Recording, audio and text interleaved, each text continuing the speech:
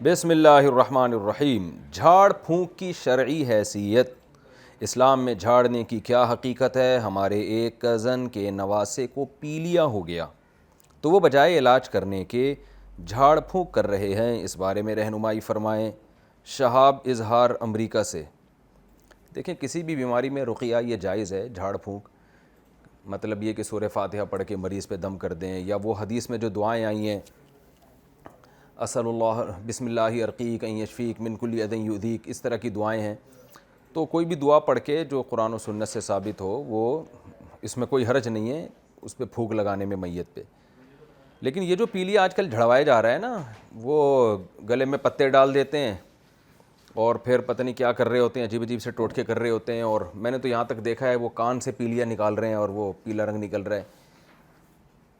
تو ان ٹوٹکوں کا قرآن و سنت سے کوئی ثبوت نہیں ہے۔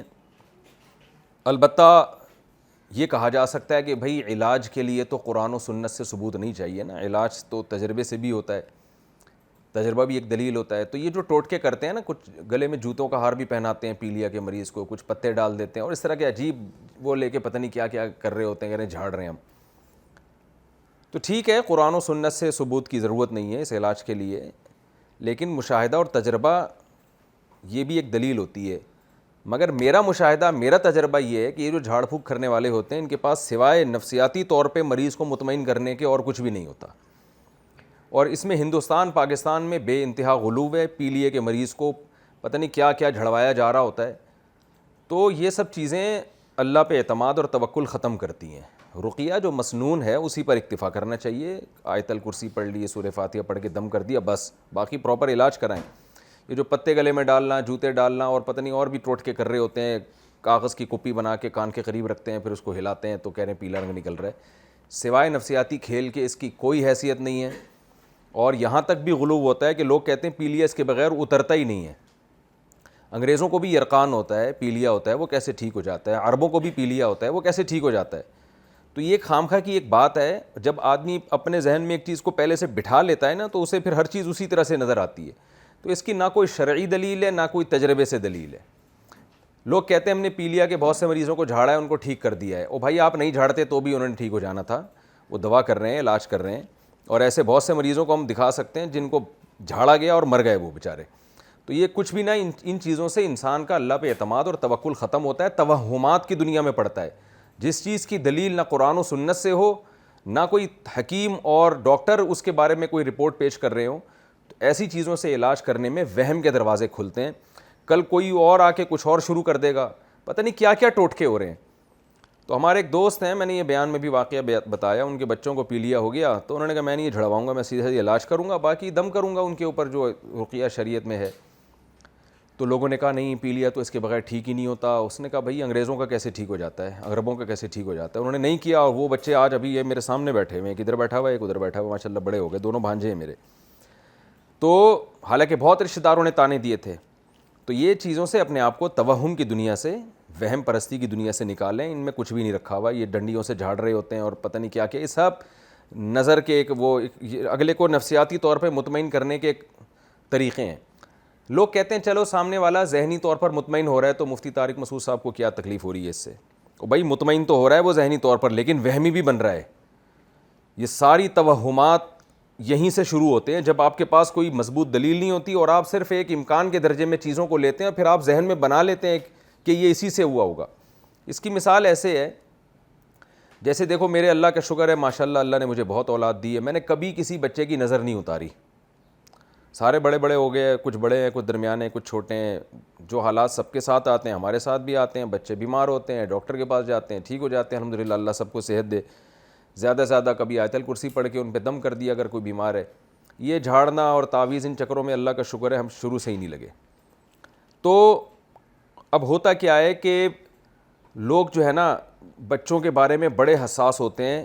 مثال کے طور پر بچہ بہت رو رہا ہے تو اکثر عورتیں گھروں میں مرچیں جلاتی ہیں، کالی مرچیں، اور وہ کہتی ہیں پتہ نہیں دھواں نکلے تو اس کی علامت ہے کہ نظر نہیں لگی، دھواں نہ نکلے تو اس کی علامت ہے نظر لگی ہوئی ہے۔ اور وہ کہتی ہیں کہ بھئی ہم مرچیں جلانے سے نا، یہ ٹوٹکا کرنے سے بچے کی نظر اتر جاتی ہے اور وہ چپ ہو جاتا ہے، تمیز سے بیٹھ جاتا ہے وہ۔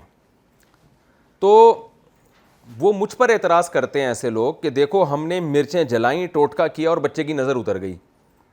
او بھائی بات اصل میں یہ ہے، یہ بات عبداللہ بن مسعود کے قول سے بھی ثابت ہے اور بھی آثار سے ثابت ہے کہ شیطان کیا کرتا ہے، شیطان کو پتہ ہوتا ہے کہ اس بچے کے والدین کے عقیدے خراب ہیں، ان کو کسی عمل کے لیے لاجک کی ضرورت نہیں ہوتی، تو شیطان ایسے ماں باپ کے بچوں کو چھیڑتا ہے. جب وہ چھیڑتا ہے تو بچے روتے ہیں، پھر ماں باپ کوئی ٹوٹکا کرتے ہیں تو شیطان چھیڑنا چھوڑ دیتا ہے، بچہ چپ ہو جاتا ہے.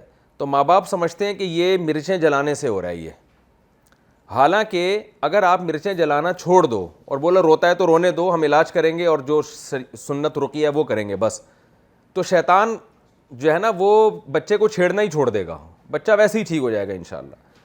تو جو ان ٹوٹکوں میں پڑھتے ہیں نا، بچے بھی انہی کے زیادہ بیمار ہوتے ہیں اور ٹینشنیں بھی انہی کو آتی ہیں، پھر جب وہ ٹوٹکا کرتے ہیں تو ٹینشن دور ہو جاتی ہے.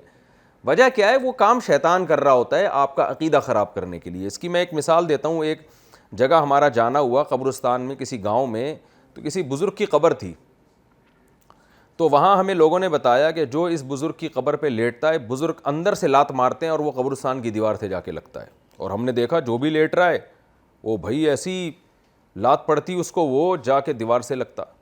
ہمیں پتہ تھا یہ شیطانی کام ہے، بزرگ کا کام نہیں ہے قبروں سے لات مارنا. اگر یہ بزرگ قبر کے اندر سے لات مار رہے ہیں تو یہ بزرگ ہی کیسے ہیں؟ یہ تو پھر قبر کے جب باہر تھے تو پتہ نہیں کیا کچھ کر لیتے ہوں گے. یہ جب اندر بیٹھ کے ان کو سکون نہیں ہے، معذرت کے معاذ اللہ، یعنی میں ان بزرگ کی توہین نہیں کر رہا، لیکن بظاہر تو یہی لگ رہا ہے جو اندر بیٹھ کے جو اتنی تمیز سے نہیں بیٹھا، وہ باہر پتہ نہیں کیا کرتا رہا ہوگا بیٹھ کے، تو وہ بزرگ ہی نہیں ہے پھر تو وہ. تو مجھے پتا تھا یہ مردے تو بیچارے اپنی لات ہلا نہیں سکتے، یہ اس کو لات ماریں گے. یہ شیطان یہاں پر جنات ہیں جو یہ حرکتیں کر رہے ہیں، اور یہ جنات کا شیطان کا زور انہی پہ چلتا ہے جن کا جنات پر عقیدہ ہوتا ہے. تو میں اور میرے ایک ساتھ استاذ تھے، جو استاذ تھے میرے ساتھ وہ تو بڑے چھوٹے سے قد کے تھے، ان کا تو نام ہی مولانا مختصر رکھا ہوا تھا ہم لوگوں نے پیار سے، یعنی ہمارے کلاس فیلو تھے، وہ برا نہیں مانتے تھے اس پہ، بہت ہلکے پھلکے تھے. ہم نے کہا چلیں آپ لیٹیں، وہ لیٹے، کوئی لات نہیں پڑی ان کو، بڑے آرام سے. تو یہ جو قریب میں مزار کے قریب لوگ تھے، انہوں نے کہا کہ آیت الکرسی پڑھو. ان مولانا صاحب نے جو مختصر سے تھے انہوں نے آیت الکرسی بھی پڑھی. پھر کہا کہ اب آپ تصور کریں، اب آپ ایسا کریں آنکھوں پہ ہاتھ رکھ لیں. ہاتھ بھی رکھ لیا، پھر بھی نہیں لڑک رہے. پھر کہا 2-4 لڑکیاں خود لگائیں. انہوں نے خود بھی لگا لی، پھر بھی کچھ نہیں ہوا. میرا نمبر آیا اور انہوں نے کہا لیٹو بھائی. میں بھی لیٹا. جو وہ کہہ رہے تھے سب کچھ کر کے دیکھ لیا، اللہ کا شکر ہے نہ کوئی لات پڑی نہ ہم لڑکے. تو وہ مزار والے لوگ جو گاؤں کے لوگ تھے وہ کہنے لگے تم دونوں کے عقیدے خراب ہیں، تمہارا بزرگوں پہ عقیدہ نہیں ہے. میں نے کہا ہمارا بزرگوں پہ سچی مچی کا عقیدہ ہے کہ بزرگ اللہ کے ولی ہوتے ہیں اور وہ کچھ بھی نہیں کر سکتے بیچارے، جو کچھ کرتا ہے اللہ کرتا ہے. یہاں قبرستان میں شیاطین ہیں، اور جب صحیح عقیدے کا آدمی آتا ہے تو شیاطین کچھ کرتے نہیں ہیں. تو وہ کہنے لگے نہیں ہم لیٹ کے دوبارہ آپ کو دکھاتے ہیں. ہم نے کہا لیٹو. اب وہ لیٹے ہیں تو اب ان کو بھی لڑکیاں نہیں لگ رہی، حالانکہ پہلے تو وہی بندہ لیٹا تھا اور لات لگی اور وہ قبرستان کی دیوار پہ نا کلا بازیاں کھاتا کھاتا گیا ہے. دیوار قریب تھی، زیادہ دور نہیں تھی. لیکن اب کیا ہو رہا ہے کہ اب وہ لیٹ رہا ہے تو بھی کچھ نہیں ہو رہا. تو وہ غصے میں کھڑا ہو کے کہنے لگا کہ یار یہ جو ہے نا تم لوگوں کے آنے سے نا یہاں بزرگ کا مسئلہ خراب ہو گیا ہے، تمہارا عقیدہ صحیح نہیں ہے. اور میں نے کہا بھائی ہمارے آنے سے شیطان بھاگ گئے یہاں سے. تو اب شیطان بول رہا ہے کہ یہ 2 بندے جب تک کھڑے ہوئے ہیں یہاں ہماری دال گلنے والی نہیں ہے، پول پٹیاں کھول رہے ہیں ہماری. شیطان فائلیں لے کے کہیں اور گیا ہے، شیطانوں کے پاس بھی اتنا ٹائم نہیں آج کل. وہ کہتے ہیں یار بندے زیادہ ہیں اور کام زیادہ ہے ہمارا، تو جس کا عقیدہ آرام سے خراب ہو سکتا ہے اس پہ داؤ چلاؤ. جہاں تھوڑی سی بھی ٹیکنیکل پیچیدگی آ جاتی ہے شیطان اپنی فائلیں لے کے وہاں سے شارٹ ہو جاتا ہے، کیونکہ شیطان کے پاس ٹائم کم ہے، مقابلہ سخت ہے. تو میں نے کہا وہ اس وجہ سے غائب ہو گیا. میں نے کہا ابھی پھر آپ لوگ تھوڑے دنوں میں یہی حرکتیں شروع ہو جائیں گی. تو اس سے میں یہ واقعہ آپ کو کیوں سمجھا رہا ہوں کہ جن لوگوں کے عقیدے یہ ٹوٹکوں پہ اور ان چیزوں پہ ہوتے ہیں نا، تو شیطان ان کو ٹینشن دیتا ہے. پھر جب وہ ٹوٹکا کرتے ہیں تو شیطان وہ جو بچے کو تنگ کر رہا تھا وہ تنگ کرنا چھوڑ دیتا ہے. تو وہ سمجھتے ہیں دیکھو اس ٹوٹکے کی وجہ سے بچہ صحیح ہو رہا ہے. اس کی بالکل مثال ایسے ہے جیسے بعض لوگوں پہ جنات آتے ہیں، جب وہ مزار جاتے ہیں تو جنات اتر جاتے ہیں. واقعی حقیقت میں ایسا ہوتا ہے. تو لوگ یہ سمجھ رہے ہوتے ہیں کہ بزرگ کی قبر پہ جانے سے بزرگ نے یہ جن اتار دیا. حالانکہ حقیقت یہ ہے کہ شیطان نے جن چڑھایا ہوتا ہے یا شیطان مسلط ہوا ہوتا ہے، اس کو پتہ ہے کہ مزار جائے گا یہ. تو جب یہ مزار جاتا ہے شیطان غائب ہو جاتا ہے تاکہ اس کا اس مزار پہ عقیدہ درست ہو، کیونکہ شیطان یہ چاہتا ہے لوگ مسجدوں کو چھوڑ کے مزاروں کو آباد کریں. تو اس کا علاج یہ نہیں ہے کہ آپ مزار جائیں، اس کا علاج ہے آپ شیطان کو کہتے ہیں بھائی تو مجھے جان سے بھی مار دے گا نا، میں نہیں جاؤں گا مزار، میں نہ عامل کے پاس جاؤں گا، نہ روحانی ٹوپی ڈرامے کروں گا، میں نہ عاملوں کے پاس جاؤں گا، نہ میں تعویذ گنڈے کروں گا، جو مرضی کرنا ہے تیری ایسی کی تیسی کر لے تو۔ جب یہ کانفیڈنس آپ کے اندر پیدا ہو گیا تو انشاءاللہ وہ یہ سارے جن چڑیل بھوت ویسے ہی مارکیٹ سے شارٹ ہو جاتے ہیں۔ تو اس لیے یہ سب چیزیں انہی لوگوں پہ آتی ہیں جو ان چیزوں پر زیادہ عقیدہ رکھتے ہیں۔